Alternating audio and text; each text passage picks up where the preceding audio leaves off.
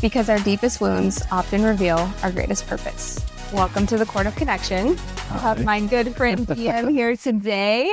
So excited. Yeah, this is so full circle. Yeah, really. Created my logo. And I'm so in love with it. Oh, cool. And the questions that you asked me, right? Like name 5 things that kind of encompass what the vision is. And then you pulled this beautiful thing together, that was just so on point. So cool. I'm glad you like it. I felt like it served you pretty well. It's not too flighty. It's it's good. I like it. Yeah. One of the thing about that stuff is that like sometimes, you come with some ideas. Yeah. I'm always like, yeah, we'll see, but you were gracious enough to let me just like trust me to do the thing. And that's cool. And always I have that opportunity. And that one just spoke to me, and I had some other ones. But yeah, I think it's cool. Yeah. I'm excited about it. Yeah. Okay. So, what I love about you, DM, is you have this like eclectic style about you. The first time I met you, I was like, wait a minute, who's this guy? He is who he is. You have such a funky style. You get your nails done. You're just a little lame right now, but no, I got to get them done again. Yeah. You are who you are. Like, have you always been that way, or did you kind of step into that? That's really interesting. When I was like, I got to bring this all back to my mom, really. Like, my mom let me express myself pretty young. Yeah. I remember being in like 2nd grade, and I had this like pink striped shirt that I really loved. And it was pink, and it was a little bit like weird because it was pink. And I grew up around women, like 2 sisters, and I'm like a creative guy, like from the very beginning. I've always been kind of just like expressive and creative. And early on, my mom kind of saw that. My mom, and I never gave her credit until only, throughout the amends process. But like, she saw this like curious, creative spirit, and she fostered that. So she would like take me shopping, and like, man, I remember like in the 80s, I was in like parachute pants, and like I was wearing like really baggy stuff, and like, kids weren't doing that, and my mom would like allow me to express myself. And it didn't make me completely comfortable. I wasn't in my skin in that stuff yet, but I eventually the creative stuff would come to be what I would get involved in. And I had some mentors in that part of my life that encourage this idea of, I'm a graphic designer, but they encourage like this idea of what a designer is. And so kind of like a lifestyle thing. And I started to like ponder and think about that stuff. And so the style, the expressiveness, it's come out in various ways. A lot of it's been in my personality, I think, in the way I like talk to people and just some of my wacky ideas and stuff. And some of it's like caused harm, to be honest. Get into that, yeah. Yeah, we will probably. But I think it happened in my last relationship. She was really, when did it happen? It happened around this identity as a designer. It really did. It started with one of my teachers. His name's Michael Ian Kay. He's like unbelievable designer, really amazing. He's created like some most amazing book jackets, some legendary iconic book jackets from like 2000s on. And he went on to kind of like be the creative director of this company that I was kind of involved in. And I never worked for him, but he was my teacher in school. And one of the things he left us with was to just like, like think about it before you leave the house. You'd always like say that. And I was like, what does that have to do with like me being like a successful designer? And like, it kind of like stuck in me that it's more of the designer is everything. So it's like this idea that it's not just a trade, and I thought I was going to school to learn a trade, and my dad always told me to have a trade, but it becomes like this creative being. And in some ways, like, so it started to mess with me. So like when I designed poor design, I started to notice it because he would teach us this stuff. And like, I'd show up to a push door with a pull handle on it. I'd be like, why is that like that? And eventually like these things just started to bother me more, but I would just simply express myself until I could afford to kind of go into it a little bit. And part of it's like, I bought an apartment in 2005 and I gutted it and I renovated it and got to design it. So that's part of it. My lifestyle was in design. This is in New York. This is in New York City. Yeah, really cool spot. It was like legendary spot. I wish I still had it, but we made some decisions based on self. So, but it was this really cool little spot. It was my spot, and I literally gutted it. I designed it. I went under the table and hired the architects and stuff. So it became kind of like my place. And I then got into a relationship with an amazing woman. Her name's Akiko, and she worked for Michael, my old mentor, and I kind of got reassociated with this stuff. And she was very into nice things, but with good taste. She had very good taste, some of the most impeccable taste. And I was like, why is this chick with me? I'm just like this goofy guy with glasses and a fedora on. But I had a bad thing going for a while. Yeah, I don't want to even show you those photos. But I used to wear glasses, and I was trying to find that. And she would introduce me to stuff, and it started with her. It really did. It started with her. To like, the designer thing was a big part of it. Michael was a big part of it. She worked for Michael. And then she kind of brought this thing. She's Japanese, so she introduced me to this Japanese thing. And then she would take me. And I went to Japan in 2006, and I was like, "What is this place? Yeah, Holy shit, this place is so cool!" And back then, before the internet and phones and stuff, it was like it was a different place. Like I was discovering things, and I was there with friends that had been there a bunch, and so throughout this thing, I'm in New York, and I'm hanging out with these artists, and I'm in the graphic design world. And I was in New York in a very impactful time, from 99 to 2022. And in the early aughts, like graffiti was becoming commercialized. It was like this whole creative thing was happening. I was very involved in the middle of it, but all my friends were these like artists that were like doing art. I was a graphic designer at work. So I never considered myself an artist. I never felt like I could own that title. I was like, no, I do graphic design for a living. I'm not an artist. I would then have a silkscreen studio and eventually kind of make stuff with that, but I would never call it art. I just did design. And Akiko kind of like really introduced me to this idea of like looking at clothing differently. And she introduced me to my friend Lydia Rodriguez, who is this amazing. I'm still like really close to this day. This is from Lydia, actually, this piece that I'm wearing right now. I feel like I've asked you at certain moments, like, where did you get that? And you're like, LRC. Yeah. Lydia worked at this company. Is this okay to tell you this little rant? Okay. Yeah. Lydia worked at this company called Project 8. It was like a boutique store in the Lower East Side in my neighborhood. I lived on Ludlow and Hester Street in the Lower East Side, Manhattan. This is like, if you go there now, it's like the center of Manhattan. It's like where everyone goes. It's like the neighborhood. And when I bought the place, I just knew it was going to be that. It was in Chinatown, Lower East Side. It hadn't blown up yet. My street T-boned into like this like cool little square, like kind of like they call it Dime Square now, but because of this restaurant that's there.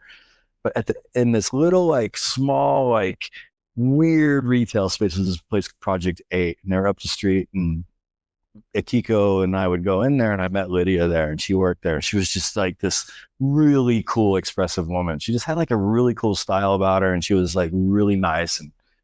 And I got into a couple pieces. I got a coat, and I was like, oh, this is cool. I kind of like this. I started to get into it a little bit more, and Akiko just started to open my eyes to all these things like Miyake and all these brands that I really like now. But not all of it was just for her to like. She knew I was creative. She loved that about me. And this is in a time where I didn't really believe that I was really anything. I was just trying to find myself and stuff. So she was a big part of it. And then I would move to Japan for a little bit and live with her while she was living there, because she moved there to open the Vice office and did a bunch of stuff there. And so I'd stay in Japan, and I was influenced by like this Japanese thing and these designers, and I'm doing design. I'm very into design, and my tastes are a little bit, they're starting to develop, and I'm a pretty snobby designer. I'm come from a teacher that's like, really, it matters. Yeah. And it's like, it's kind of similar to the teachers I have in my recovery life. Same thing. I surround myself with killers. That's one of my like philosophies. And that's what I did. And I came up in this, in this world in New York City and around these individuals and being expressive. And I just kind of like started to find it until about like, and I did the corporate jobs for a while, and until about like, I don't know, over the course of meeting Lydia and dropping in a little bit here and there and finding a little bit of my own thing. And about like 4 or 5, maybe 6 years ago, I started to like kind of take it a lot more serious. Kiko and I aren't together anymore, and I'm in this other relationship, and she was very interested in this like design. And I was teaching her about design and like why it matters, and she was into clothing, but she didn't really know anything about it, and we were like discovering it together. And so I started to express myself, and I started to get really into it. And I'm not gonna lie, there's some drugs involved that might have something to do with the wildness of it all. And there's just a lot of just it came real hard when it came to this idea that I need to find myself individual. I need to like, I got on this tip, and I've struggled with that in recovery, which is this like pure unique individual, your unique soul, your unique self. You know, I was like really into that. There's some drugs involved that help extend that and magnify that. But like generally speaking, it was just this thing. And if I think back on the whole thing, I've kind of gone on a tangent, but it has to do with my mom. There's this like, it's okay to do that. It's okay to express yourself that way, you know? And it's like, I stopped apologizing for it, and I just started to just do it. Started painting my nails and doing all that stuff. That's so beautiful. And I'm so glad you brought that up, because I feel like we live in a world where, you know, the generations before us were very rigid, you know, or pretty narrow-minded, and we're afraid of that kind of stuff, I think. Not everyone, but a lot of people, right? And so, you know, in my first episode, I talked about this, you know, what would your life have been if you had a place of women who really allowed you to express yourself fully and weren't afraid of that, you know? And what a beautiful representation of a woman who was like not afraid to let her son just express himself fully. Yeah, like it's wild when I think of her. Like because I blamed her for all this stuff my whole life. And I carried this sack of rocks around about my mom for 35 years. Hard. Like this is the truth. And you know, in the process of amends, it totally like melted. But I was comfortable with the self-expression stuff before that. Also just like the fringe and being unique and different, and we find ourselves in that place a lot, but I was never afraid of it. And I'm very comfortable, and even my own sexuality and all that stuff, it never really had any weird things about that. It's just kind of that way. And I think it has a lot to do with, to be totally honest with you, I grew up around just powerful women. I mean, that's it. My sisters are just powerful. They're like badasses. My younger sister's like, I idolized her. Like growing up, she's just got this, she's so smart. She's got this thing. And my older sister, although I didn't know it at the time, we didn't always connect. She's super creative. And then my mom was just like polio survivor, like, you know, I brought you in, I'll take you out. But just badass. And so I grew up around this like expressive feminine energy. And there's a certain point in New York when I was there, I was just like, stop giving a fuck what anyone else thought about how I looked and what I dressed like and what it meant. Like, and so I say it now, I post it when I put an outfit, I'm going, express yourself. Like there's absolutely nothing wrong with like you finding that. This is a woman's shirt. Like I don't give a I love it though. Like I love that about you. And I think you know, I think a lot of men struggle with tapping into the feminine. Because here we're all made of equal parts of masculine and feminine energy. But there's so much wounded masculine and wounded feminine within us. And I think so it's really cool that you're kind of really tapped into that and able to like hold safe space for women and like create that kind of like intimacy and like intuitive nature, right? But like the wounded masculine, right, is this part in us that is work, go, you know, and learning how to balance the two is such an art form. You know, it's very difficult, but it's how we come in union, like full divine union within ourselves. So and I had that. My father was that. He was just like work all the time. He's gonna die at his desk. I know, and I hope that's not the case. I really do. But like the trajectory that I've always seen him on is just like 1 more minute. You know, I'm grinding, and he's a great dude, awesome guy, like sacrificed so much for us, right? Growing up, and like he was always, and I always saw him as someone that like didn't do stuff for himself so he could do it for us. It's kind of how I always looked at him. Like, he worked so hard all the time, still does. But it was all about, it was all about this, like, he's a very masculine guy, a traditional kind of guy, not real in touch with expressing his feelings, although he's a spiritual guy. So like when we start talking about that stuff, then we can get down to some nuts and bolts. But he's sensitive around like bringing me, doesn't want to step on toes. You know, he's kind of like, he's careful. My mom is more powerful on that whole thing. But yeah, it's true. My dad was that. And my mom and sisters were the other thing. And I might have watched a little bit more of the other thing. Yeah. That's so awesome. Well, let's back it up a little bit. Like, you're my brother in recovery, right? And very much. I just feel, I've always felt very connected to you, and I feel like our relationship is evolving a little bit, and I'm excited for that. But me too. So tell us what your life has been like lately. Like, what has the journey been like for you? Oh, it's interesting. I mean, I've been sober before, right? And I didn't know that this was what it was about. Yeah. And so like, I think about that a lot, where when I share my story, I have to talk about that. And so like, I had 17 years without a drinker driving me, and I was miserable, absolutely miserable. I had everything I could possibly want. Both these relationships that I speak of were amazing. They weren't enough. Couldn't fix it, and like, it's this internal thing. I'm not right. And untreated alcoholism is gnarly. In fact, I don't have a problem with drinking and drugging until it affects me physically or I can't keep the job. Right. I have a problem with being sober, not staying sober. I can put days together. Yeah. I've done it 17 years, like just just like white knuckle. Yeah. And I had the program in me for a little while, and it was really exciting at 17, where like, your life's ahead of you, go be anything you want to be. And this is how you can do it. I had a needle in my arm 5 times a day, at 17 years old, shooting methamphetamine in like Scottsdale, Arizona. In the 93, that wasn't like it is now with kids. Right. It's like, where I went to high school, that wasn't what was going on. And I just found myself in a group. But anyway, the point of that is I got sober, and I stayed sober for a long period of time, and I wasn't comfortable. I wasn't happy. I was constantly in fear. Just the bedevilments are all over me. Having trouble with personal relationships. If we're going to talk about it, it's there. Like, just complete spiritual malady. And atheist is hardcore, because after 9/11, I was like, no way, I'm not doing that, because I was down there, and there's a bunch of stuff I carried around that. But like, I got sober, and boom, boom, boom, and then I threw it away again. And I had to go through what I went through to find myself even in Austin, Texas, of all places, because it's the last place on earth I wanted to go. Texas, America was the last place I wanted to go. I'm in New York City. I was going to live there and die there, and what happened is I just was dying, dying. And I'm sitting with a rope tied around my neck in my bathroom, wondering if I'm just going to do this or go on to the bitter end. I had kind of like interrupted.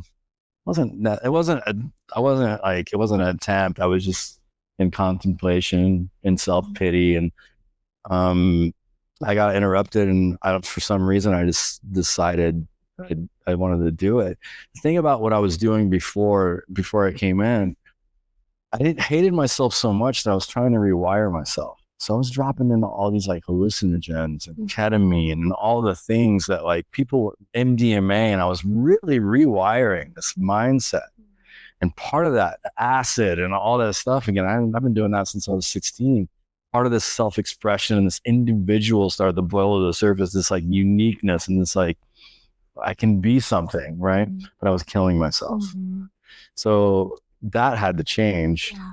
And so I come out here to get clean, and then some, I got the things. I got a little space between drugs and alcohol again, just like when I was 17. And I lived with my sister for a while in Dallas, which was absolutely brutal. Awesome living with her and her boys, because I love her boys. And I was called to be in Texas because my mom's getting older, and I was just here. I'm like, okay, I'm here. But I knew like Austin was probably like a place for me. I could get my career going here or whatever. And that's what I did. I moved out here for that. And that didn't work out, because I run my life on self-will, and I was running around with my head cut off basically at like a year sober, thinking I like had arrived and stuff. Right. I had to go through some really hard lessons And I learned a really hard lesson there. I was terminated from my job. That was brutal to face because I was just like, wait, like, that's not what I'm doing. Wait. That wasn't the plan. That wasn't the plan here. I'm away. I go to 7 meetings a week. Like, what? Why would this happen to me? What? I'm living on a new basis. But if I look at, why would this happen to me? That's not what my intention was. Yeah. No, that's the opposite of what I'm trying to do here. Like, I couldn't tell my side, and I felt the victim, and what we do, right? And I had to really get locked in and sit down with some guys that like knew what my trouble was, which was I'm selfish and self-centered at my core. But it's still there's this little thing in me that's like, I bump up against that constantly. Yeah. Like that whole thing about my expression and my uniqueness and my true self. Well, I want to say something about that. Yeah. So, because I actually do believe that we're a firm believer that we are all unique expressions of the Creator, right? Meaning, we like God made us all uniquely different in our expression because He wanted to experience life from all angles, right? So it's like, DM, I want DM to be this, what is it going to be like to be a man who's like totally comfortable with his sexuality and expresses himself this way, and the Creator's experiencing you through you, that all of that, right? What I think that it gets lost in translation around the uniqueness is that the perpetual, you don't understand how I feel. Yeah. Right? It's the emotions, right? Yeah. The malady is the way that the malady leaves us feeling is all the same, right? Loneliness, disconnected, sense of lack, a loss of control, right? Exactly. That's the part that is not unique, right? But I think a lot of us get caught in this delusion that like, no, we are unique divine expressions. Yeah. And I've come to accept that in a new way, but I had to wake up to accept it. Totally. To some hard truths, know, that like maybe this live wire that I am needs to sit down a little bit and listen more. And like, maybe these guys actually have something to teach me. And that's really what happens. Like I got with a guy I didn't really like that much. I liked him. I liked what he said and stuff, but I didn't like how he talked to me. Yeah. At all.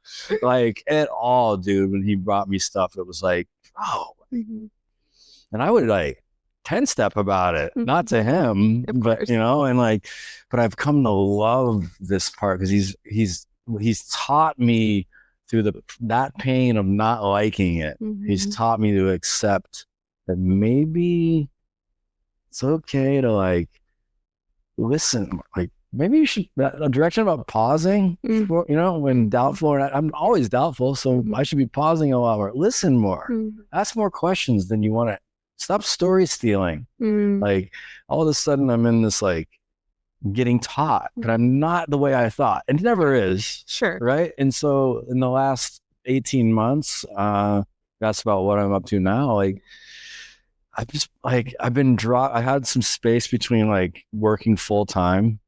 I'm still freelancing and doing that stuff with my design, and I'm trying to find what is next. I have some things working that are really exciting, but I haven't gone back into the workforce, or into the corporate agency thing where I'm like the director, kind of like working with the team and doing the thing. I've just been kind of like, I think really I've been having a lot of time to work with guys, and what I see in them is what he saw in me, like real live wires, like just like, it's like extreme examples of self-love run riot. Yeah. Right. And I get the gift of watching them and going, oh God, I almost want to like call Steven and be like,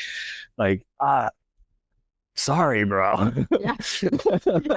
Really, like, because I kind of get it more than I have. And so lately what's up with me lately is and wait, to back it up, are you referring to like watching these men kind of flail around and having to really allow that process to happen?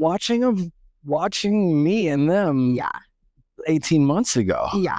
I just talked to a guy this morning and it's just like, bro, like, I just want to put this on the table.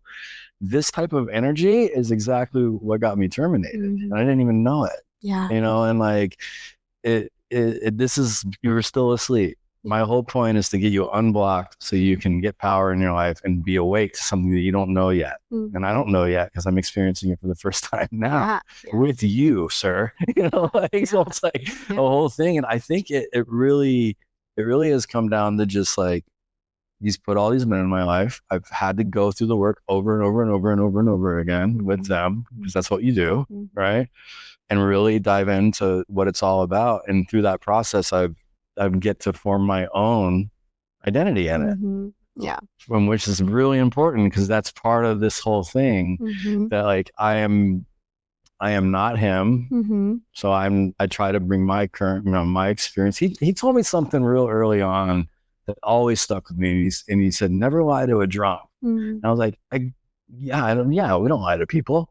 That's not, he's like, that's not what it means. He's like, never talk to people from the position that you're not in it, that you're not in.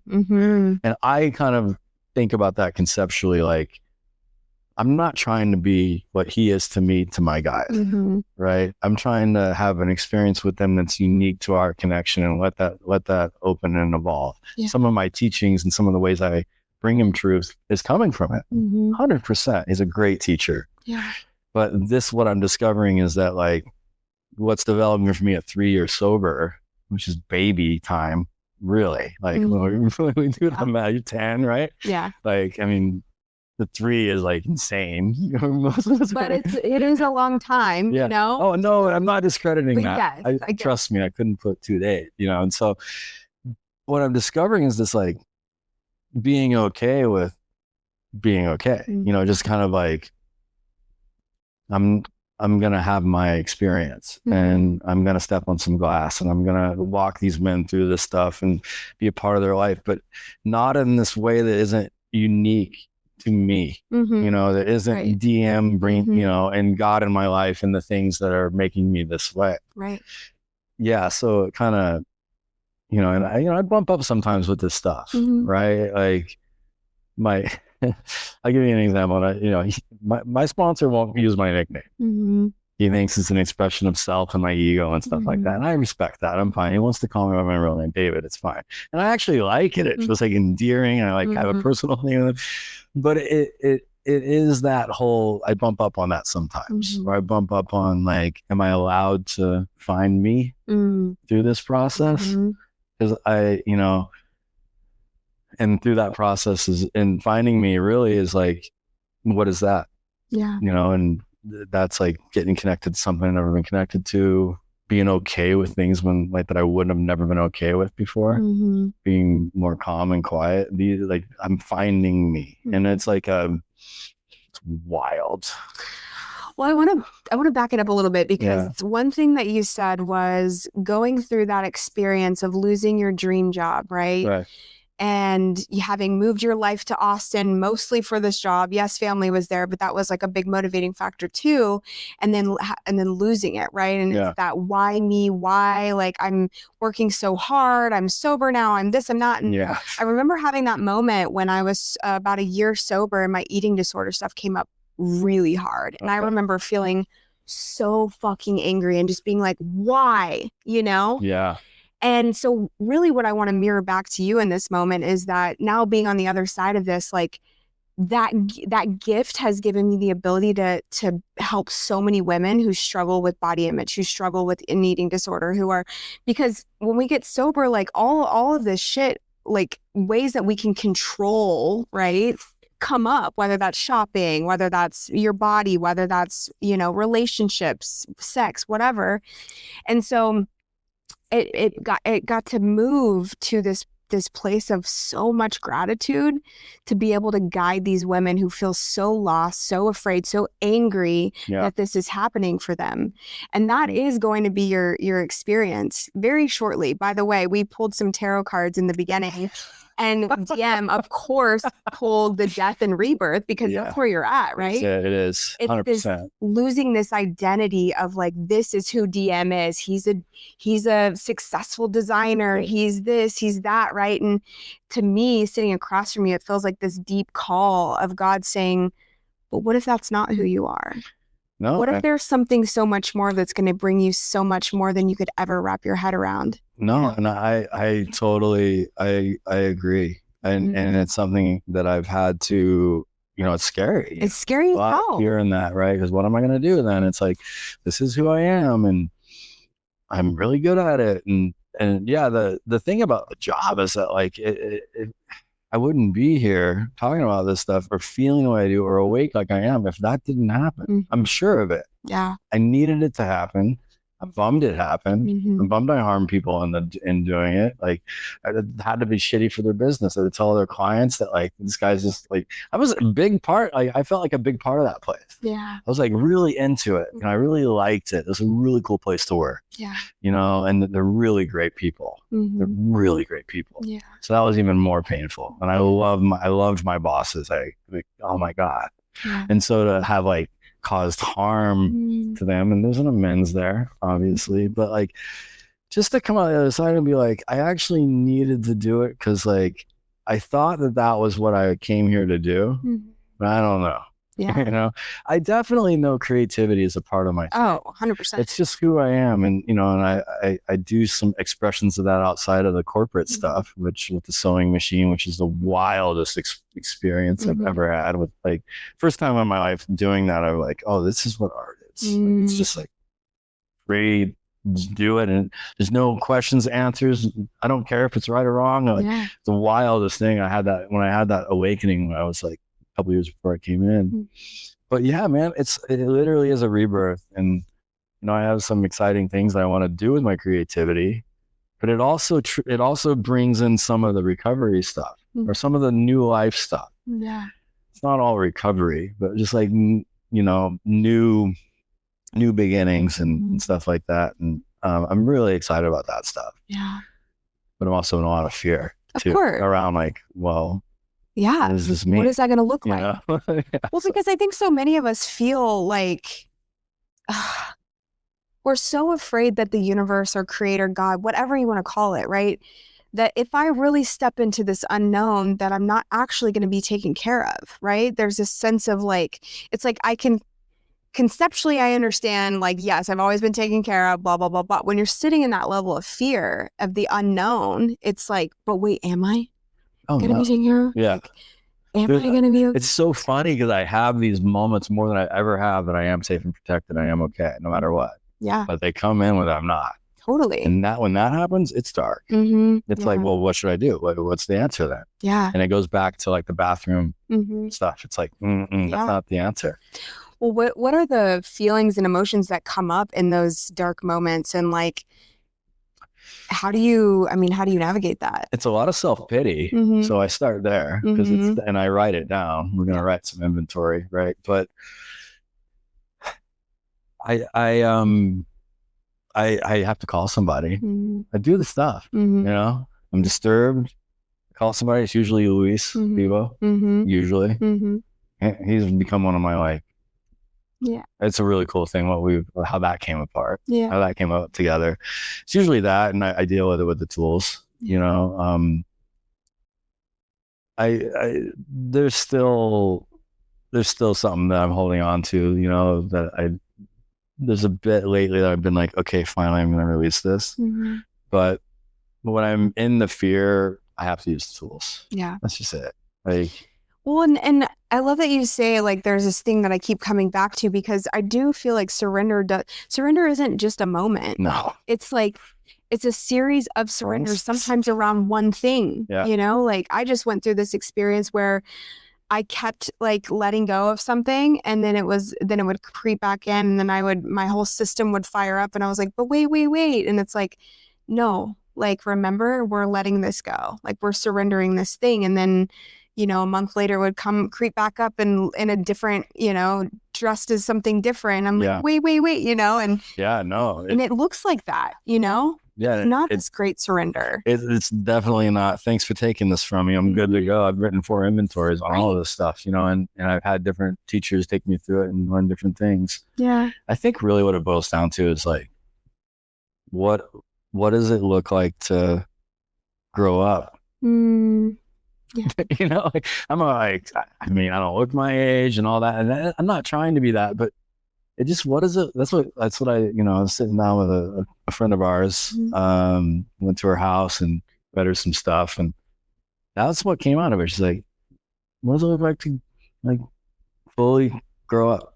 You know, just like, and it doesn't mean you have to change, like, but what is like, what does that look like? And I think that's part of that, you know, like really just like, okay, letting go of some of these old ideals, old ideas and old belief systems about who I am and who I need to be, what we talked about a little bit earlier, which is just like this guy that works at this place and has these awards and whatever, you know. Well, what does your mind say when you're like, okay, I'm gonna grow up? Like, what is the underlying, like? I think to me it's like, be okay with just being where you are. Like, that's wild to me to say that out loud. Like, even saying that out loud is like, really? Like, wow. Yeah. Like, just being okay, like, it's okay. You're gonna be okay. And then also, like, look, these guys, I got guys calling me like that could use some of the stuff that you bumped into to help them in what they're going through. It's like, okay, what does it mean to be a teacher? You know, like, not the teacher that I am at work, which is like trying to help them help me. Yeah. Basically, I'm just like, what's service look like? Like, what's humility look like? What's, you know, that's it. Like, maturing on a level of like, I think humility is probably the one thing that I could use the most of. Well, and you brought up a good point, right? Like, I think we're all programmed to think that there's this place that we arrive to, right? Where it's like, once I have all these things, I'll be okay, right? And the truth is that we actually do have everything that we need sitting across from you right now in this moment, literally everything that I need. Yeah. My life doesn't need to change for me to experience joy, love, peace, you know, gratitude, all of those things, right? It's so funny you said it, because I have all of the things. Yes. And I'm thinking back on like 5 years ago on the bucket list of things I want. I have them. But right. But there's a disturbance. Yeah, there. but what? Yeah. What? Yeah, it never really, like, I'm like that. I build systems. I think of things. I think of ideas. I create them, and I like, put it all together. And like, whether that's like music instrument stuff or design stuff or whatever, my house, whatever, like outfits, whatever. Yeah. And the car, all of it, you know, it's just this whole stuff, this built plan, and it doesn't deliver what I think it's going to deliver. And we hear this a lot. It's pretty cliche in a way, like, you know, but you get the car, it feels great for a minute. Yeah. You get the partner, it feels great for a minute. You get the, you know, job. And it's like, at the core, like, just be. What is that? Yeah. And like, be okay with it. Maybe not looking like you thought it was going to look. I think that's the hardest thing. Totally. You know, like from a status point of view, maybe, or like making a certain amount of money, because I've done decently well in that part of my life. And now I'm like, it's like, look at the last year, it's like, hasn't really manifested. I had some stuff from my other employer that you know a little bit about, but like, just like, what's growing up? I guess it's just like, can you just be? You know, allow you to be like where you are right here, right now.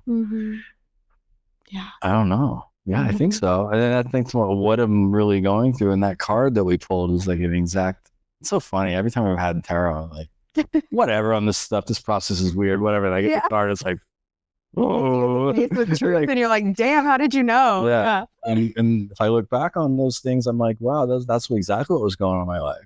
Like I had a card come out the same twice. I told you that. It was like a gnarly card. Yeah, like swords are never fun to upside look down, 7 of swords. Look it up. It's just like, he is to be stayed away from at all costs. I've actually pulled 7 of swords upright a few times lately. So, yeah. It came out, and then I don't know how the design of like how the system works. There's different spreads. Yeah. So it came out in the same position in both spreads. Yeah. And like a year apart. Interesting. And I look at my life, and it was like still just the same disturbances. Yeah. So it kind of made sense. This is a cool one to pull today. I'm glad it wasn't that one upside down. I'm like, I'm fucked. No, it's perfect. So yeah. Okay, let's move into some vulnerability here. I mean, we kind of already have, but okay. So when you stopped numbing yourself with drugs and really starting to feel again, what did that actually feel like in your body to like face feeling? You know, this is a weird one for me, because I put time, I can stop for periods of time. So I can just tell you that it's always uncomfortable. In my body, it's anxious. It's racing thoughts. It's restless irritability and discontent. It's the best way I've ever heard it described. I'm like, those three things together, like the world. And I'm literally like, this is it. This is like me. This is how I said, and I'm fidgety now, but like even like worse. And so it's just full of fear, full of dread, full of doubt, full of self-hate, full of, but the physical is like really uncontrolled spazziness, just like electricity, like a live wire inside of me, and I can't keep still, I can't not talk, I can't. I'm just like this insane person. And that's without drugs and alcohol. The best thing I've ever done. That's right. I'm home, chill, whatever. Weed especially. I'm a big weed guy. Dab in the morning, dab it before a client meeting. Dab a huge identity of mine too. Huge, like, into all the strains, and I'm big into the specifics. And I go to the dispensaries in New York. And like, oh man, I research it online and like big into all the devices. And my tolerance is one that can do all that. And it always did it for me, man. It always just like creatively too, like, ooh. So without it, I'm just like, Ooh, that brings up a good question too. Do you feel like there was some identity around that, about being able to tap into your creative expression without weed? You mean not being able to? Like, did you have a moment when you stopped using where it was like, I'm not going to be as creative, I'm not going to be able to tap in as much? Well, yeah, part of my drug use looked like, I took Vyvanse on a daily basis. It was prescribed to me for like 15 years. It's been prescribed to me since I was Ritalin and all since I was in the 4th grade. But I got back on it about like 15 years ago, maybe a little longer.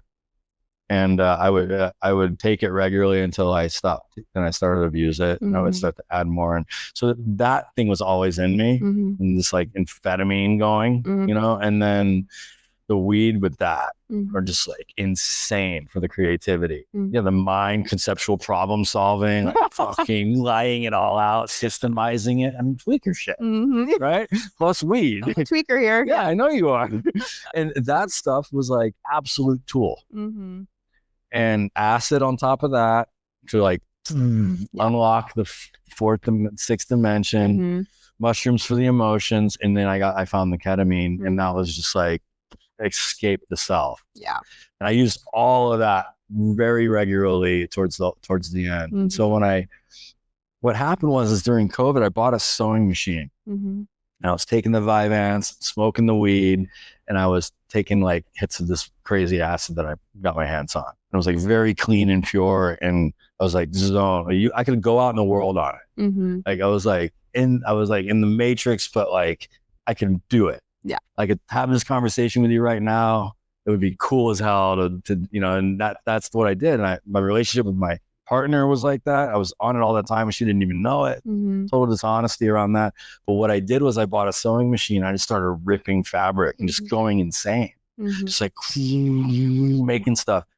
And I didn't know what I was making. I had no idea. And I was really inspired by my friend Lydia, and I mentioned earlier, and also my this designer Margaret Burton's unbelievable designer. She's like she's a upcycler. She's like, she creates, and I always loved her work. And I had her make me a jacket and out of stuff in my closet, and it was like mine, and it was like my little identity. And I started to like fantasize about all these, like who this person was. And so I started to sew. It was like this first time in my life I was just like, I'm just gonna do this. And I was hand cranking the stuff out, and I made this like giant, like crazy Hannibal Lecter like shot, like t-shirts and jerseys and stuff, and I put it around. I thought it was like a scarf, and it was like heavy. Like, it was horrible, right? But I was excited that I made something that wasn't like brief oriented, client related or whatever. And all my friends are artists, and I was like, I'm just doing my own thing. No one can tell me what I'm gonna do here. And a girl was really supportive of it. Rachel was like absolutely into it. She liked what I was doing, but I didn't know what they were. And I like made this thing, and I left the bathroom, and I folded it in half, and I put it under my arm. And as I walked out of the bathroom, I looked, and I was like, that looks like a bag. And I was like, oh, and I figured out that I could sew this together and that together, and I can make a bag. And I just like, I make bags. And I started to make these things. And it was about like carry purpose and like be this expression. And they were wild. And I just started ripping these things together and making these. And I've never in my life called myself an artist until that point. I was like, this is what art is. Holy shit. And that was a big part of it. I was involved with that through weed and acid, and not ketamine as much, but Vyvanse and amphetamines, and MDMA was sprinkled in there, I'm sure. Like, just, and I was just like, you know, and they look like it, you know. I'm proud of them, and they look like someone that's on acid would make some shit, you know. And I'm not trained in that. I don't know what I'm doing. I'm like forcing it together. I'm buying like stuff to figure out how to. It was awesome. And I got sober. I felt like that died. It was real hard, but I still want to do it. So I set up all this stuff out here, and I made a couple since being sober, but I've seen them. They're awesome. I haven't been able to like, I mean, I was a machine. I was like making like, I was constantly just, you know, just going crazy. And I'm really, really stoked on them. I have an idea where I'd want it to go. You know, there's like an idea, but I feel like I think what you're like, the question that I can answer, the question I'll answer is that like, it feel like I've not accepted that that's in me no matter what, drugs or alcohol. Yes. And so like, it comes out of my style. Sure, we can do that. I don't need drugs or alcohol for that. But the creating part of it, there's been the last year since the job, there's been a lot of holding me down through this like thing. And there's been a lot of plans and designs and a lot of like things. So when I'm sober, I'm like, I'm not activating that specific creative thing. And I feel like I can't really say that it's drugs and alcohol that make me a better craftsman in that way. I don't believe that. What I would say is that it was shutting down the fear and doubt. 100%. Right? 100%. That's what it is. Zero. When I'm making like, and when I'm doing that stuff, I mean, people are like, "Oh, you should do that." I'm like, "Or not." You know, like, I'll do this instead. And I'm literally like so free. I've never felt more free in my life than that moment when I was creating those things. I had this like crazy thing, and I was like, "Oh my God." And people were really into them. So I not only that, like, I'd carry around people like, what? I get stopped all the time. And you're like, what is that? Like, oh, I call it Sherpa. I don't know. It's just like these bags I make. You know, like, I'm like, yeah. You know, like, inside you're like, yeah, you like my shit. Yeah. You know? Oh, I don't know. It's like, what I'm just, their expressions. And I've never sold them or anything. I always wanted them to be like a collaborative thing where like you would come and we'd pull something out of your closet. What are you looking? I wanted to be like an emotional therapy thing almost. And I never thought about like people like, you should sell this in a store. I'm like, I'm so connected to them. Like, I don't want to get it. You know, I don't want to sell these things. And so I, you know, I'd like to get back to that.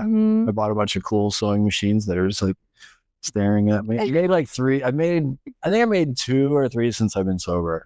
So it's not a, you know, I was doing like 1, 2 a week. Well, that takes me back to what we were saying before we started, which was when I move, the universe follows, right? And so like you have all these things in your life waiting for you to step into them and trusting that the unfolding is going to be trailing right behind you, you know?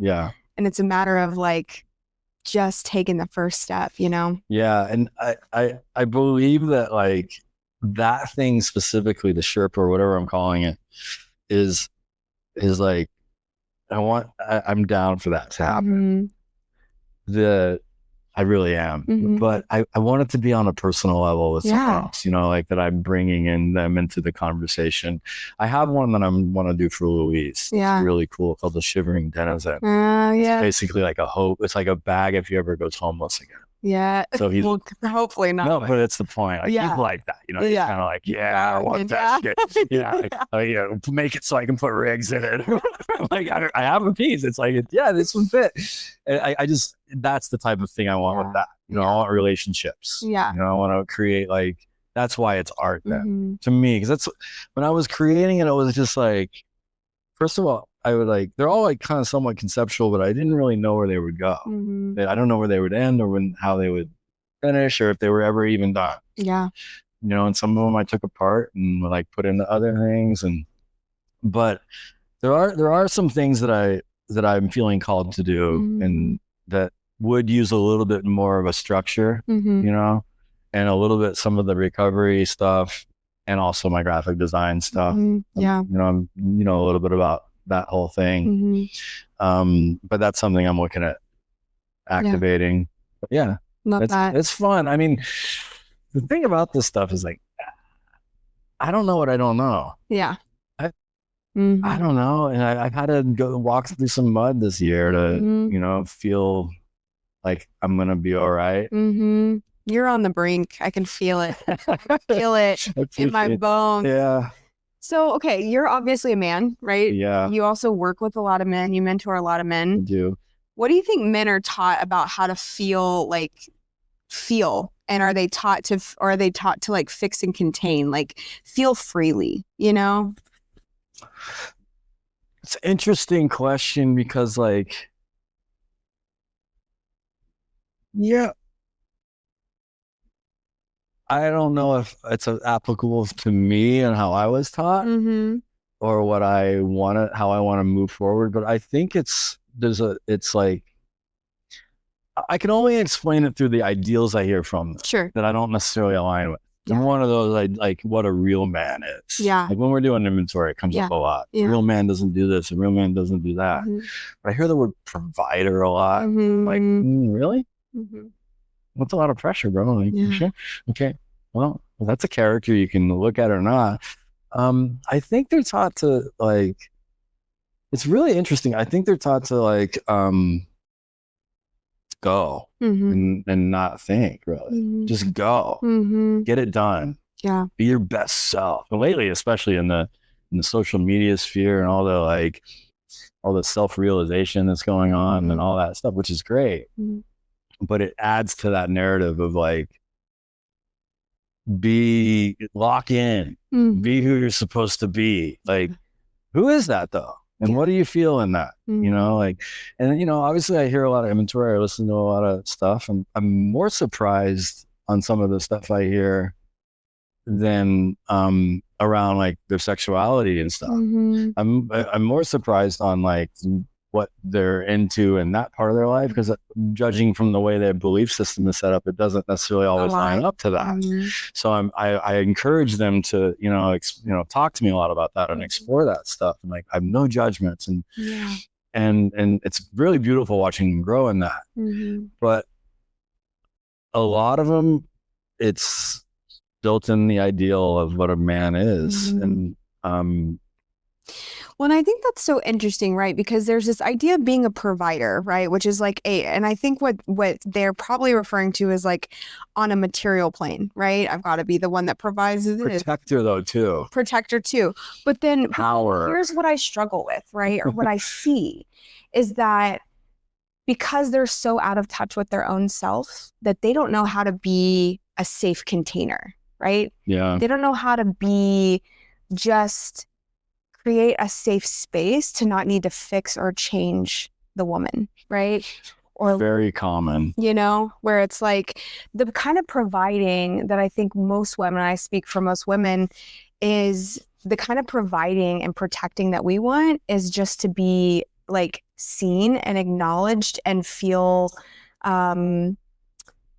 safe in that, right? Expression, and not feel like somebody's trying to fix or change that, but there's just that they're comfortable in that themselves, right? Like, oh, she's not okay. Oh, this is coming up in her, right? Let's just hold space for it rather than changing it, right? Yeah.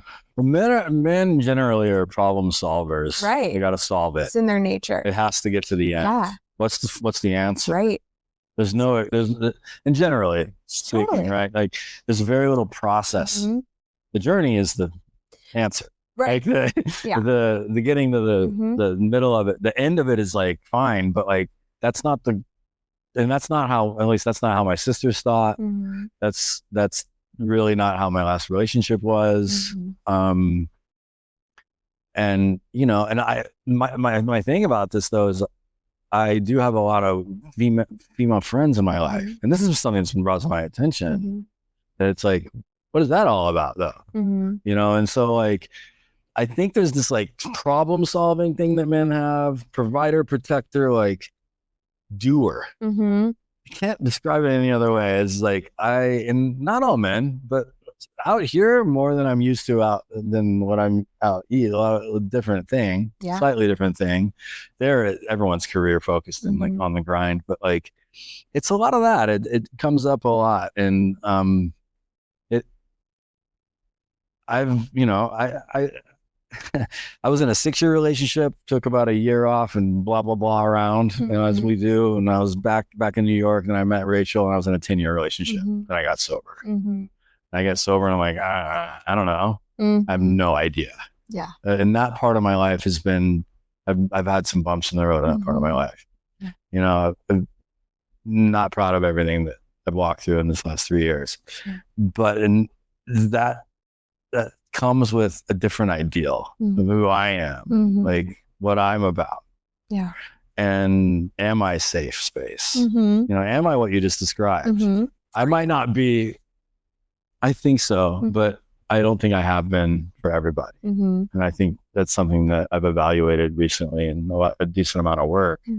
I'm finally like, you know, it's the longest I've been without like being in something real serious. That was actually our thing. We were together as the thing. I had kind of something early in a year in my sobriety, but after that, it hasn't really, nothing really has manifested in any sort of way that was like that. The only thing I have to compare it to is like what a relationship looks like to me is what I was in for 10 years. You know, we lived together, we built life together. Like this is the thing. And, you know, and obviously I didn't show up completely well in that, but, I don't have, in sobriety and this like new way of thinking and stuff, I've fumbled around, and part of it's just like, how am I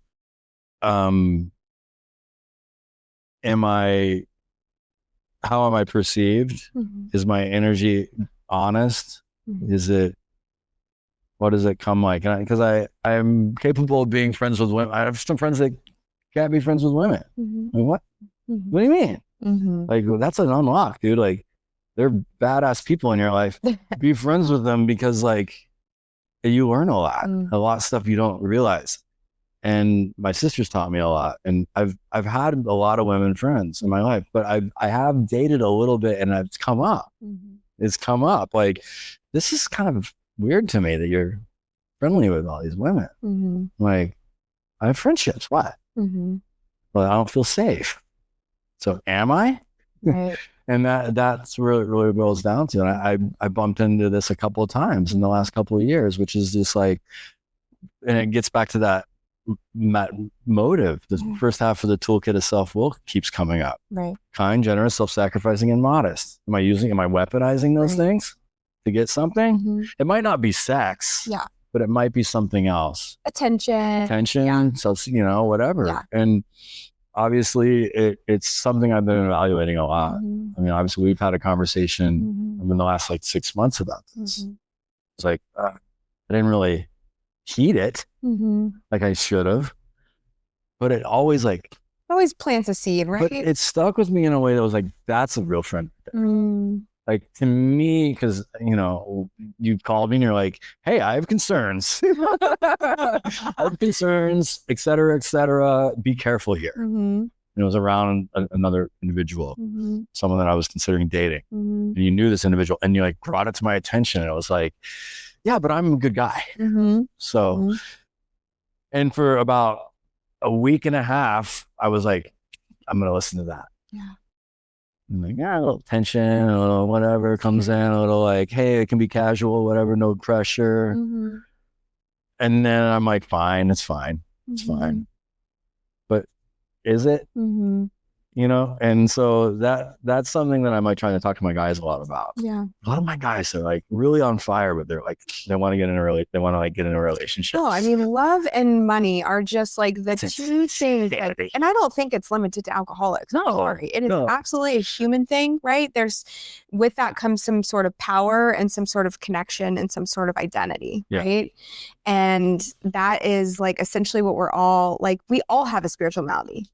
Right? For sure. Every human being has a spiritual malady. Now, some people have it worse than others. We're just a little extreme. We tend to, you know, like take it to a level where we need to numb that Yeah. with drugs and alcohol, and then we have, you know, the allergy to it. But I think back to the point, right? It's like, okay, so if you're a man who is just, you know, drawn, and I don't think there's any mistake that you're drawn to women more because you really are kind of more in tune with your feminine energy than a lot of men. So it makes sense to me. And the other part is, if I'm in relationship with another person, do I create safety for this person in relation to all these other women, right? Does my energy out there match what I'm saying in here with this person, right? Am I, when I'm out in public, am I making sure that there's reassurance there with this person, right? And that this person, you know, everybody knows that this is my person and I'm going to create safety for her, right? Yeah. That's like the balance. And that's the issue with me is that I get in these like things that aren't really talked. Or like, oh, we're just like, we're not, it's just a thing, you know, whatever. Nothing's defined. Right. We're like, we're free and like whatever. And so like, but I see her disturbed over there. Sure. I'm like, fuck.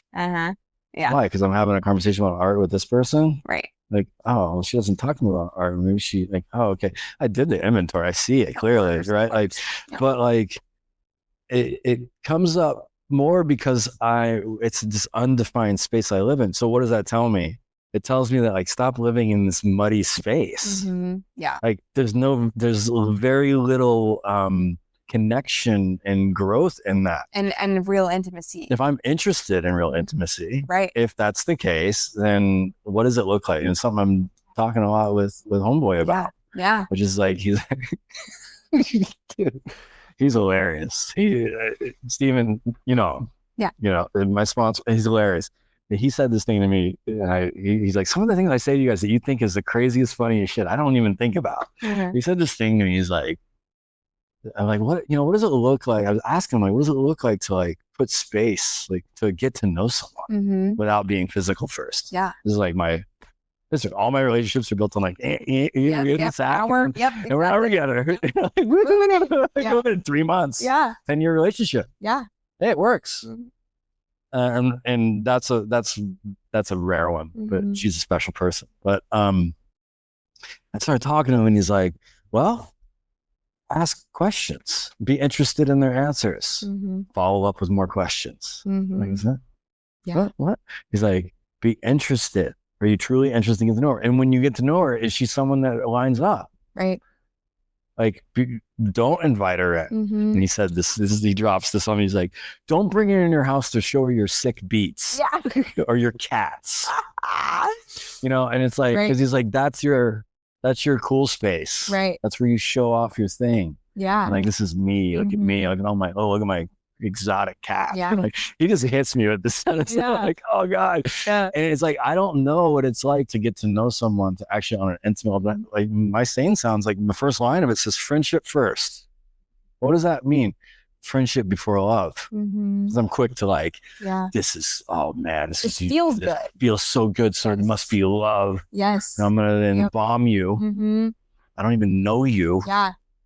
This is alcohol. This is how I am. But that's where I'd say, and I'm making this, percentage up, but 70% of the population act on that impulse, right? I see it, And then you end up in these relationships with people like 3 months later and you're just like, what?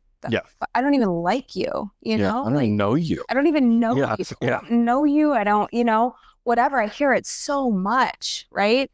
And, it's acting on that literal impulse. If we could all just step back and not come from this place of lack, like if I don't act now, I'm going to lose, right? Yeah. Because whatever is supposed to be for us, there's not a thing in the world that's going to stand in between that. Right. There's just not, but we don't believe that in those moments. That's true. No, absolutely. And so like, for me, it's like, listening, being open to listen to this advice. Like, actually, those are practical steps to take. Like, don't do this, don't do this. And he doesn't really give much of that, but in this part, I have, he has maybe some experience here that I can learn from, right?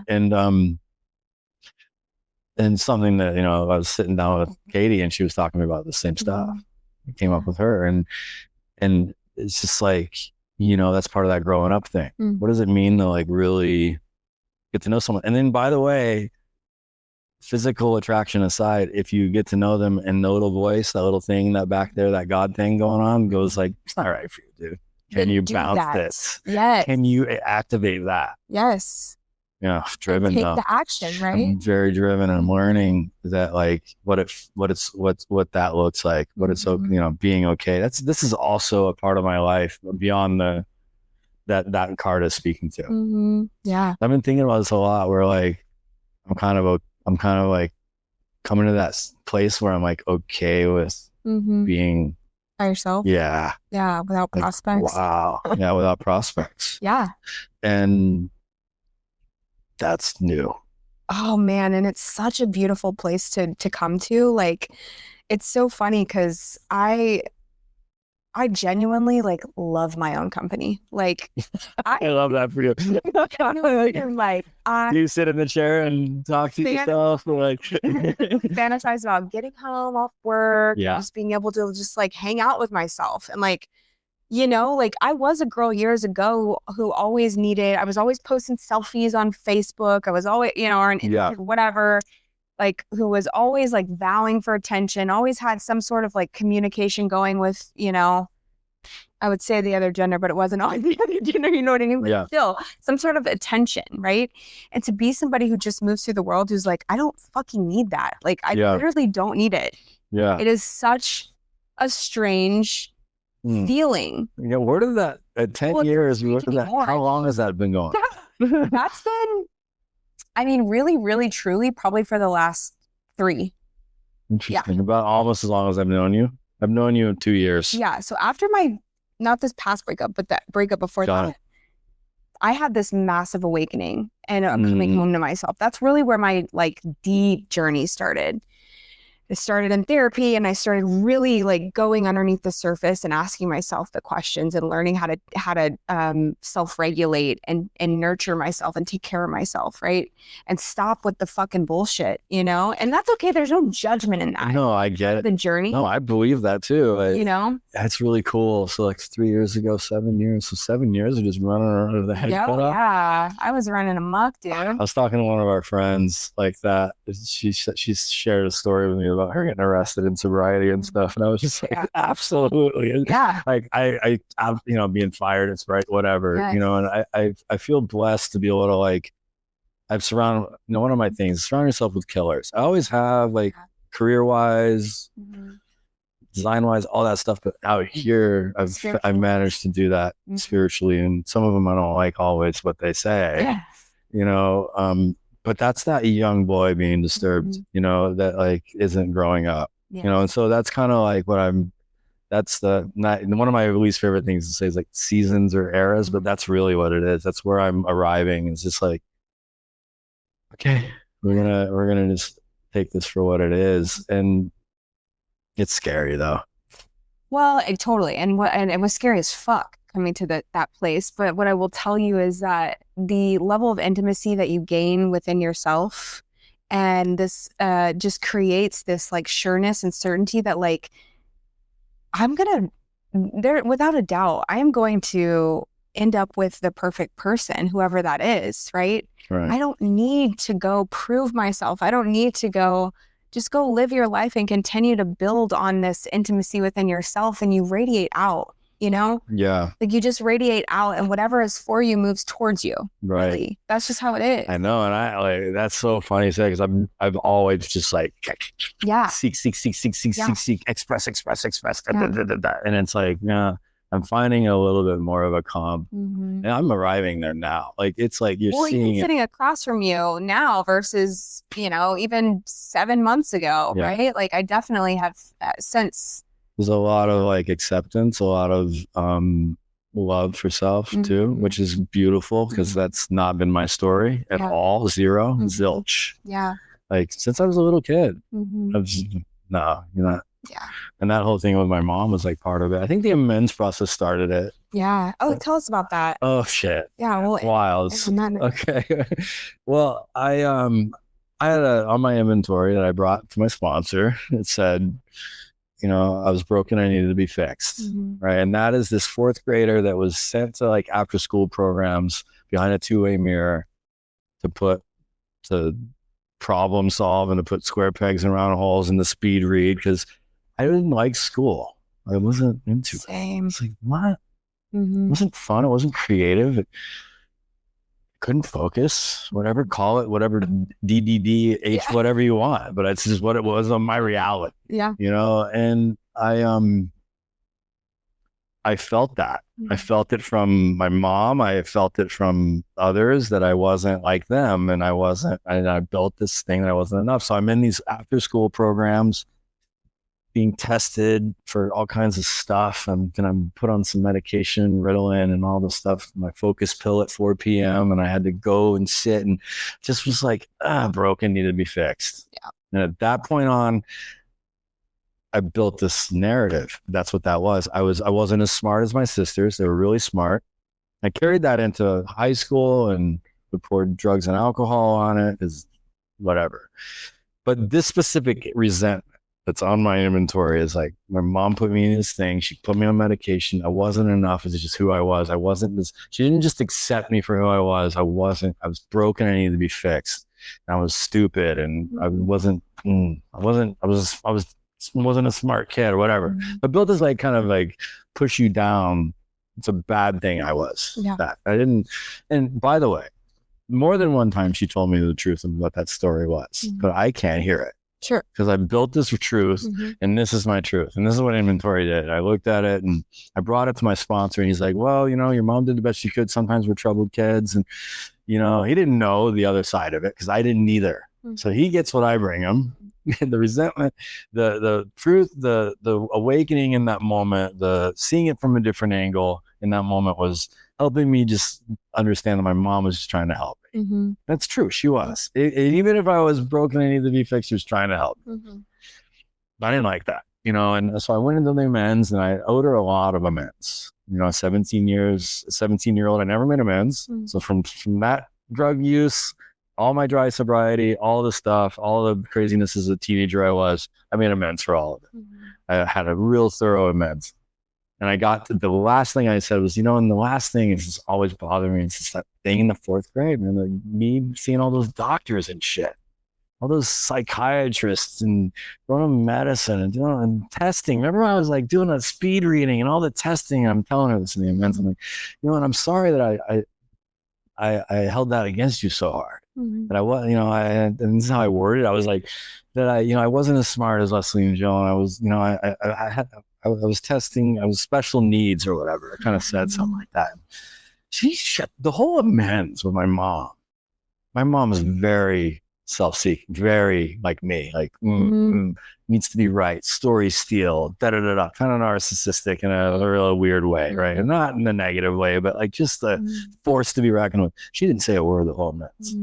She shut up the whole time. Like God was in the room, just like she just sat there and listened to me, like really intently. Never had a conversation like this with my mother, ever.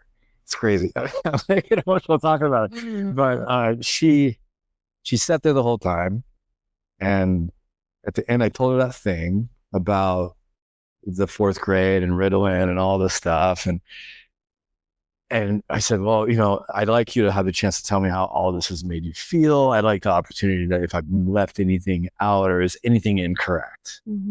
She's like, you know, this has been really cool. She's like, she's like, no, I feel seen. My mom said this. I was like, what, dude? I'm like, we're in the hospital, by the way. She's like, had a procedure, probably something more serious for most people, but for her, she walks through those things like she stubbed her toe. She had some procedure. She's in the hospital. So I'm doing this. Like, she's in the hospital. She's not on anything. We had this time together. It's in Dallas. Like, maybe about a year ago. I think around this time, about a year ago. And because that was really cool. I you know, I feel like you understand the harm you caused. Like, really? She's like, I feel like all the stuff you said is very accurate. And, you know, but I want to talk about that thing you brought up at the end there. And I was like, what is it? And she's like, it's not completely accurate. And I know we've told you this before, but I want you to hear it from my voice now. It's like, we didn't know, but this is the 80s. I didn't know what I was doing. This is my mom's telling me this. She's like, I didn't know what I was doing. Like, I'm seeing these like special doctors. They're doing these tests. Like, this is like the first time they're doing them. You were like a guinea pig for this stuff. You didn't know. But you weren't broken and you didn't need to get fixed. Let me just clear that up right now. I'm like, okay. Appreciate you saying that, Mom. Of course, Mom's going to say that. She's like, those tests weren't because you were testing the low scores. And by the way, we've told you this before. She's like, you were hitting a genius creative problem solving, like auditory retention, communication skills, all these things.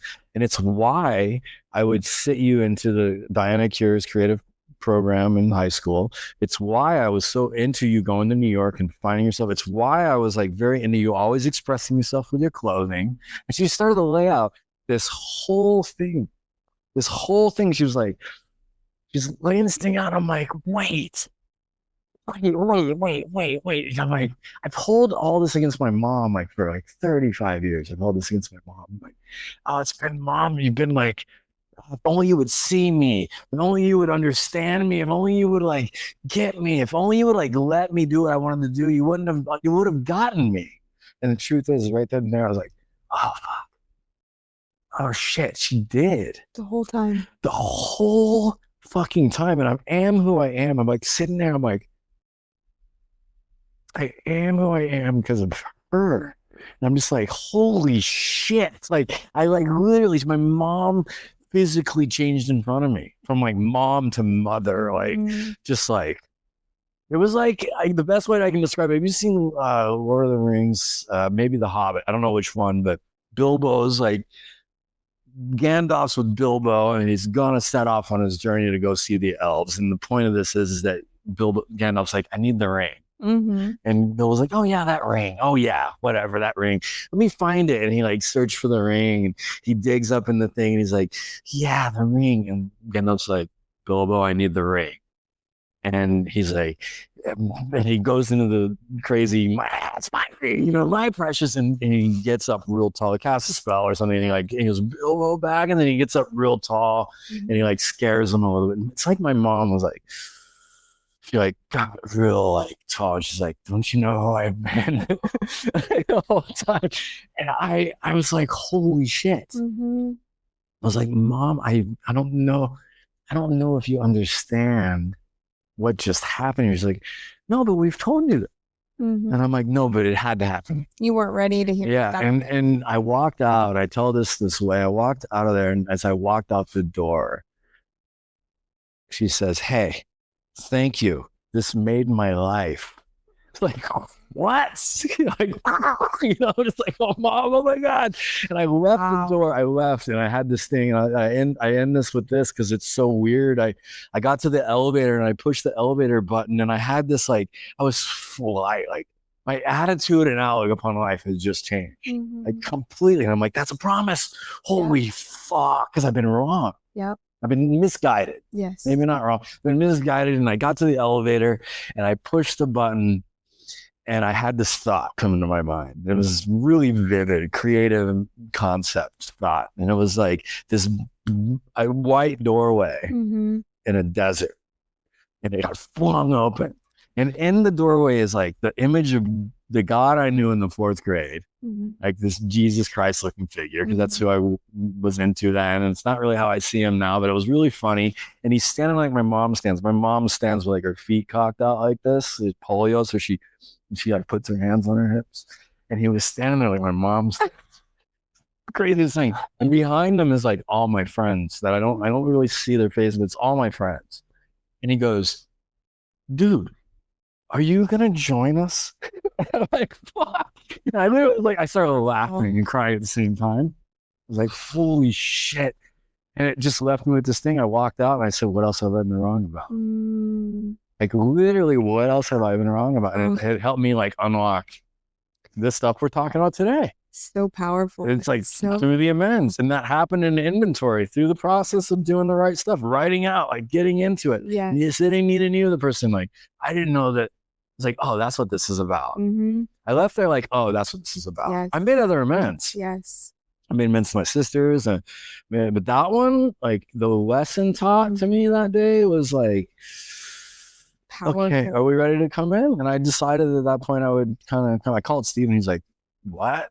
I'm like, yeah, dude, I don't know. And he's like, that sounds like one of the most beautiful things I've ever heard in my life. He's like, they're not all going to go that way though, bro. That was on it.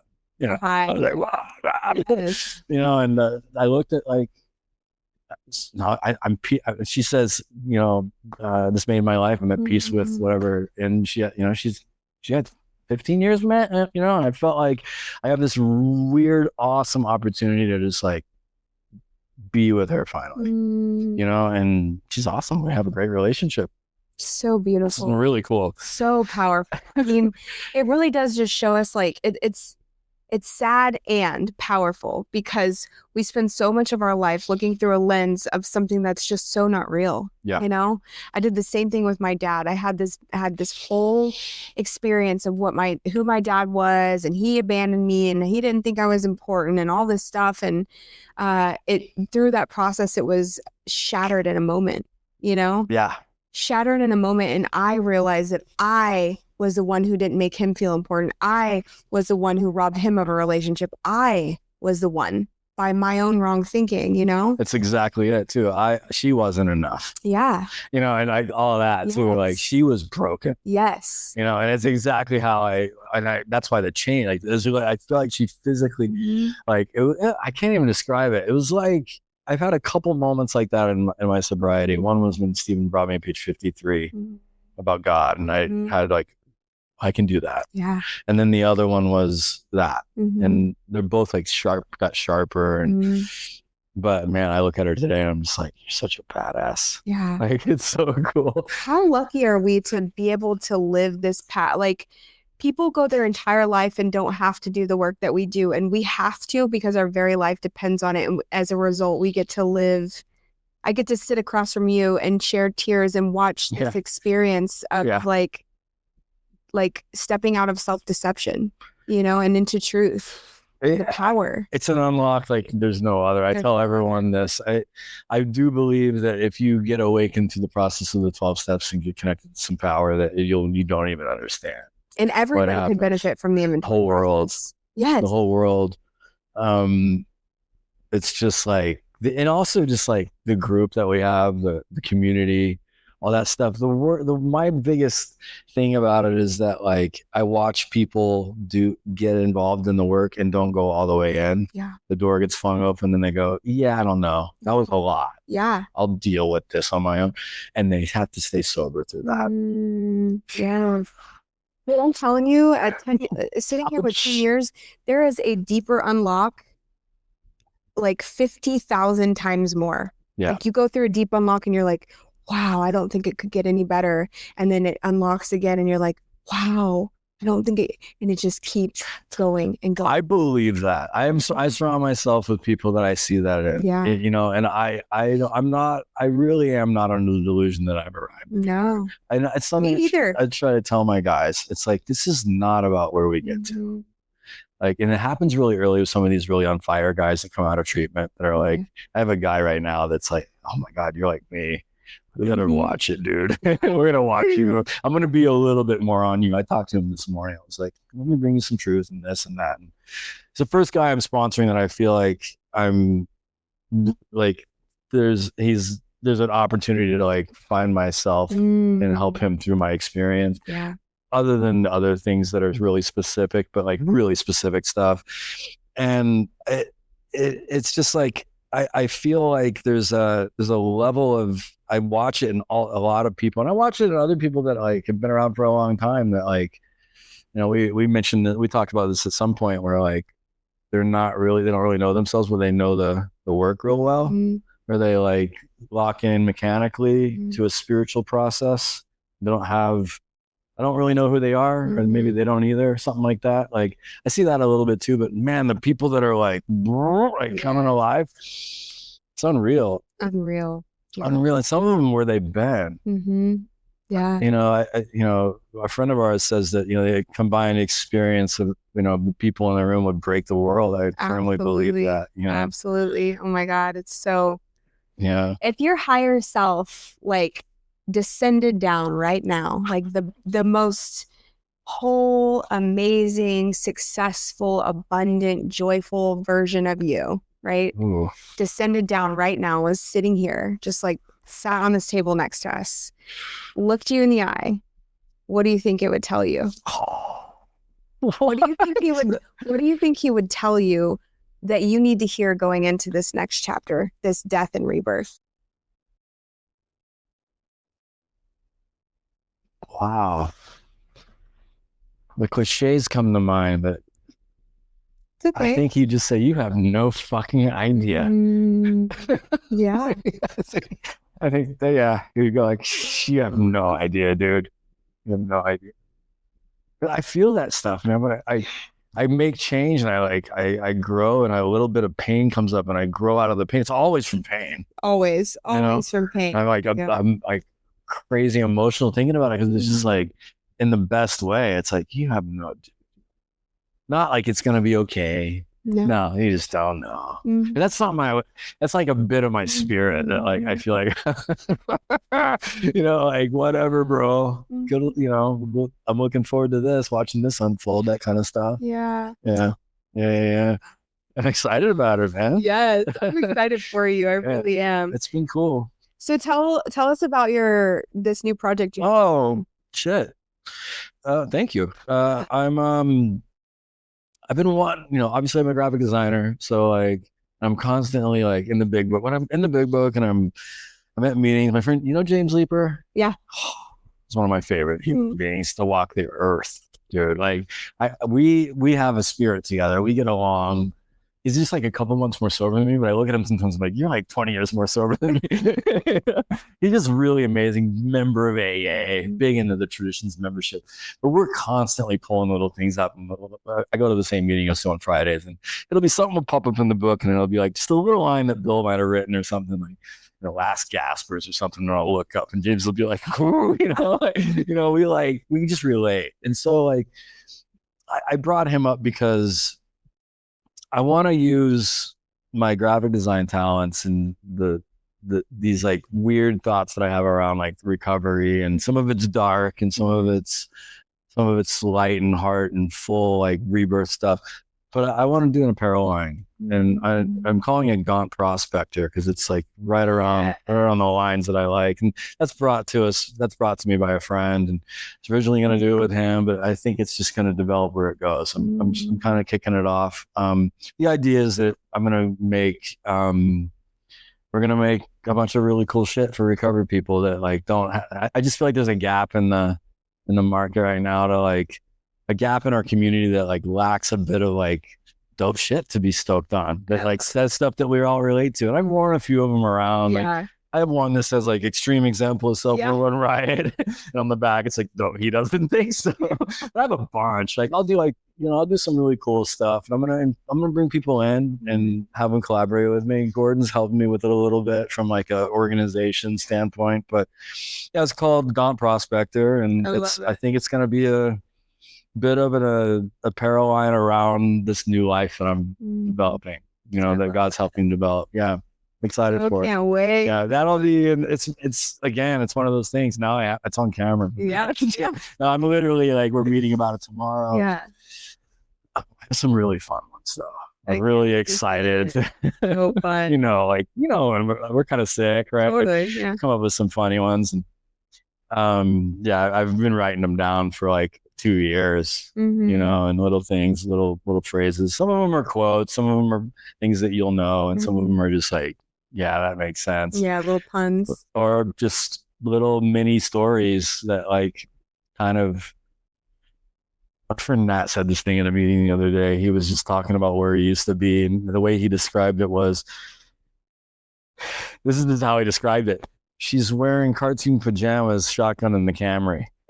And it's like, it could be that on a shirt, and you'd be like, I think I know what he's, I think I've been there, So some of it'll be dark, and that's why Gaunt Prospector feels like the right thing. It's like, we're always like come from that place.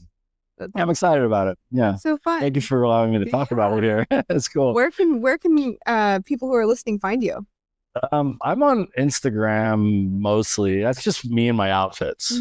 but I have like 15 Instagram accounts Yeah. that no one knows about, that don't have any content on them. You know, like, oh, I'm gonna do that one day, and I grab the account. But my main account's there, like DM_ATX, and that's just like me, and my stories are silly. You saw the one I put up today, but like my stories are silly, and I just mainly post like me and my creative expression.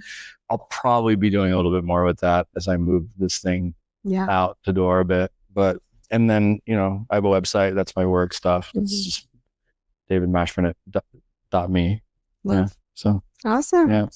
Well, I have thoroughly enjoyed this conversation. You're the best. I'm really I just want you to know I'm really proud of you. Like, I think you like love. I think about you. I'll bump into a chick that like needs really good sponsorship. I'm like, oh, you got to get with Danielle's girls. Like, it's got to be Danielle, Emily, her sponsor, Evelyn. I know she's awesome. Like, I just hear all my circle is just I just hear this insane, amazing stuff about you guys. And obviously I know you really well. And I'm just so proud of you, man. Like, I think it's so cool that you're doing this stuff and rocking and rolling, and like where you're going and the pain you walk through to get there. It's dope. You're a real big inspiration. This is it, right? Yeah. Getting to know, like, now I know you on a deeper level, right? We've exchanged this like really cool, intimate experience, and like that's what the Quarter Connection is about. Yeah. You know, it's just reminding us that we're like all really just walking each other home, you know? I think it's dope, and I'm just so stoked for you. Yes. You know? So thanks so much for having me. I appreciate you. Thank you so much. All right. May the cord that connects us to one another and to Source remind you that you are never alone, always guided, and always home. Until next time.